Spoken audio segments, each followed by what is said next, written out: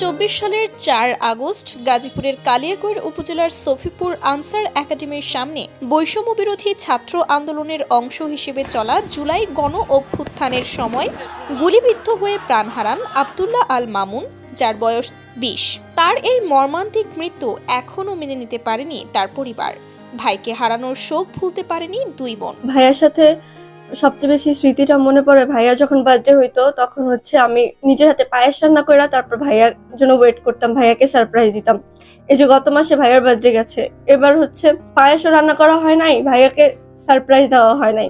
গত 4ই আগস্ট আমার ভাই বাসা থেকে বের হয়েছে। আমরা জানতাম না যে সফিপুরে কোনো আন্দোলন হচ্ছে কিনা, এ ব্যাপারে আমাদের ধারণা ছিল না, আমার আম্মুও জানতো না। তো সকালে বের হয়েছে নাস্তা করে, পরে বাসায় আসবে, বাসায় আসতেছে না। যখন 1:44 বাজে দুপুর, আমার আম্মু ওর জন্য খাবার বেড়ে রাখছে যে ও এসে খাবে, কিন্তু আসতেছিল না। তখন আমার বোন বলতেছিল যে আপু কল দাও ভাইকে, ভাইয়া কেন এখন আসতেছে না। তারপর যখন আমি কল দেই, কল দেওয়ার পরে একটা মধ্যবয়স্ক ভদ্রমহিলা রিসিভ করে ফোনটা। তো আমি বলতেছি আপনি আমার ভাইয়ের ফোন রিসিভ করছেন কেন, আমার ভাই কোথায়? পরে বলতেছে যে আপনার ভাইয়ের নাম কি। আমি বললাম যে এরকম ওর নাম আব্দুল্লাহ। আমি বলছি ওর কাছে দেন, ওর নাম ওরে জিজ্ঞেস করেন, আমার কেন বলতেছেন, ওর কি হয়েছে, ও কোথায়? পরে উনি আমার বলতেছে যে আপনার ভাইয়ের তো গুলি লাগছে। আমি বললাম কিভাবে গুলি লাগছে বা কোথায় গুলি লাগছে, কারণ আমি জানতাম না যে সফিপুরে এত বড় আন্দোলন হচ্ছে, এত কিছু হচ্ছে। তখন আমাকে বলে যে আপনার ভাইয়ের তো পায়ে গুলি লাগছে। ওই মুহূর্তে আমি ফোনটা রেখে আমার হাজবেন্ডকে বললাম, আমরা দুইজন দৌড়ে যাই। ওখানে এত পরিমাণ গোলাবর্ষণ হচ্ছে, মানে ওখানে যাওয়াই যাচ্ছে না। তারপর আমি আর আমার হাজবেন্ড অনেক চেষ্টা করি সামনে যাওয়ার, কিন্তু আগাতে পারছিলাম না। প্রচুর গোলাবর্ষণ করতেছিল আনসাররা, মানে ইচ্ছা মতো, ওদের ইচ্ছা মতো গুলি করতেছিল। আমরা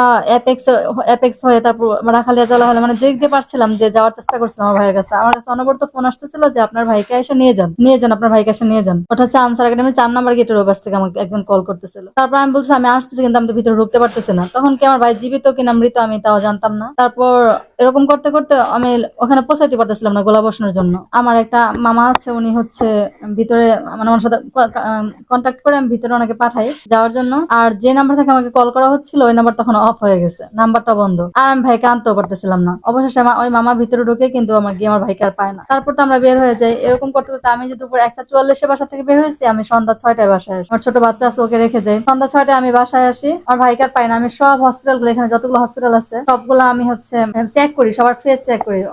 এই জন্য আমি ফেস চেক করি যে আমার ভাই কোথাও আছে কিনা, আমি কোথাও পাই না। তারপর সন্ধ্যা 6টায় আমি ব্যর্থ হয়ে বাসায় আসি, আমার হাজবেন্ডও আসে।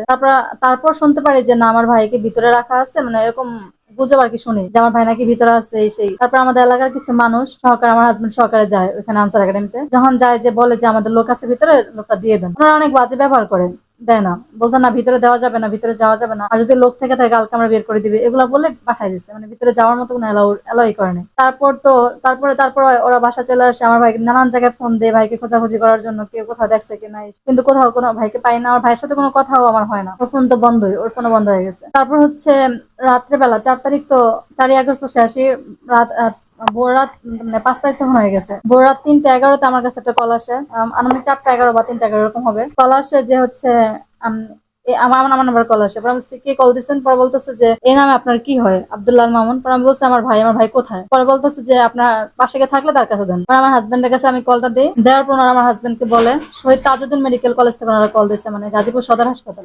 বলে যে এই নামে কি আপনার কেউ আছে? পরে বললো যে হ্যাঁ আমার শ্যালক হয়। পরে বলতেছে যে উনি বলছে যে ওর কি অবস্থা, ও কোথায়, আপনি কি কল দিচ্ছেন? বলার পরে বলতেছে যে ওকে তো এরকম মেরে এখানে রেখা হয়েছে, আপনারা এসে নিয়ে যান, এখানে আসে। তারপর আমার হাজবেন্ড আর আমাকে বলে না। তারপর আমার এলাকার কিছু মানুষ সহকারে আমরা দুজন যাই। আমি তখন জানতাম না যে আমার ভাই এরকম নাই দুনিয়া। পরে যখন ওখানে যাই, পরে ওনারা বলে যে আমরা আসলে ওরকম কিছু ওর সাথে ছিল না, আইডি কার্ড ছিল, আইডি কার্ড আপনার জরুরি নাম্বার দাও, আপনার নাম্বারটা, সেই হিসাবে আপনাকে কল দিই। আর ওর সাথে কিছুই ছিল না, ওকে মায়েরা জাস্ট এখানে ফেলে রেখে চলে গেছে অ্যাম্বুলেন্স দিয়ে, মানে আনসার একাডেমির আনসাররা ওকে মায়েরা ওখানে ফেলে রাখছে। তারপর তো ভিতরে যাই, আমি ভিতরে যাই, যখন আমার ভাইয়ের বুকের মধ্যে হাত দিয়ে, আমার হাত পুরো রক্তাক্ত হয়ে গেছে। আমার ভাইয়ের বুকে ডান পাশে গুলি করছে, বাম হাঁটুতে গুলি করছে, কোমরে গুলি করছে। মানে একটা মানুষকে মারতে কয়টা গুলি লাগে, এতগুলা গুলি করছে। আমার ভাইয়ের শরীরটা ঠান্ডা হয়ে গেছে, আমি তো অনেক কান্নাকাটি করি। তারপর ওখান থেকে বের করা যায় না, ওনারা দিবে না, কাগজপত্র লাগবে। ওইখানে আমাকে গাজীপুর সদরের যে পুলিশ ওইখানে পাঠায়, ওইখানকার পুলিশটা আমার সাথে অনেক খারাপ ব্যবহার করে ওই দিন, কারণ তখনও শেখ হাসিনা আছে, পালায় নেই। অনেক খারাপ ব্যবহার করার পরে আমাকে দেয় না কাগজপত্র। তারপর আমাকে বলে যে কালিয়াকৈর থানায় আসতে। ওই দিন গাড়িও ছিল না, আমরা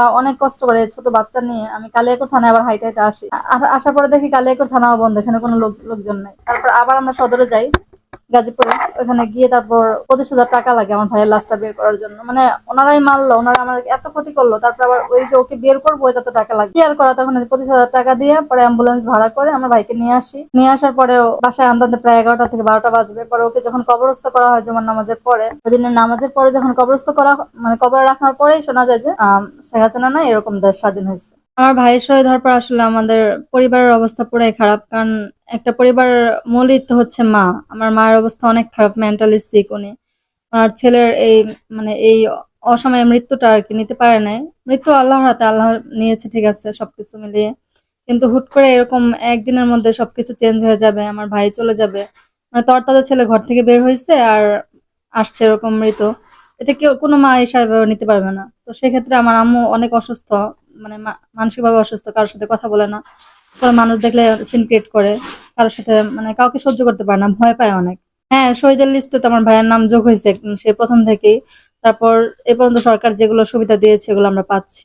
গত 4 আগস্ট আব্দুল্লাহ নামের যে ছেলেটি শহীদ হয়েছে, এলাকাবাসী হিসাবে আব্দুল্লাহর সহ যারা শহীদ হয়েছে তাদের প্রত্যেকেরই স্মৃতিস্বরূপ আব্দুল্লাহর একটা স্মৃতি স্তম্ভ তৈরি হোক, এটা এলাকাবাসী হিসাবে আমি চাই, সরকারের কাছে আবেদনও করি।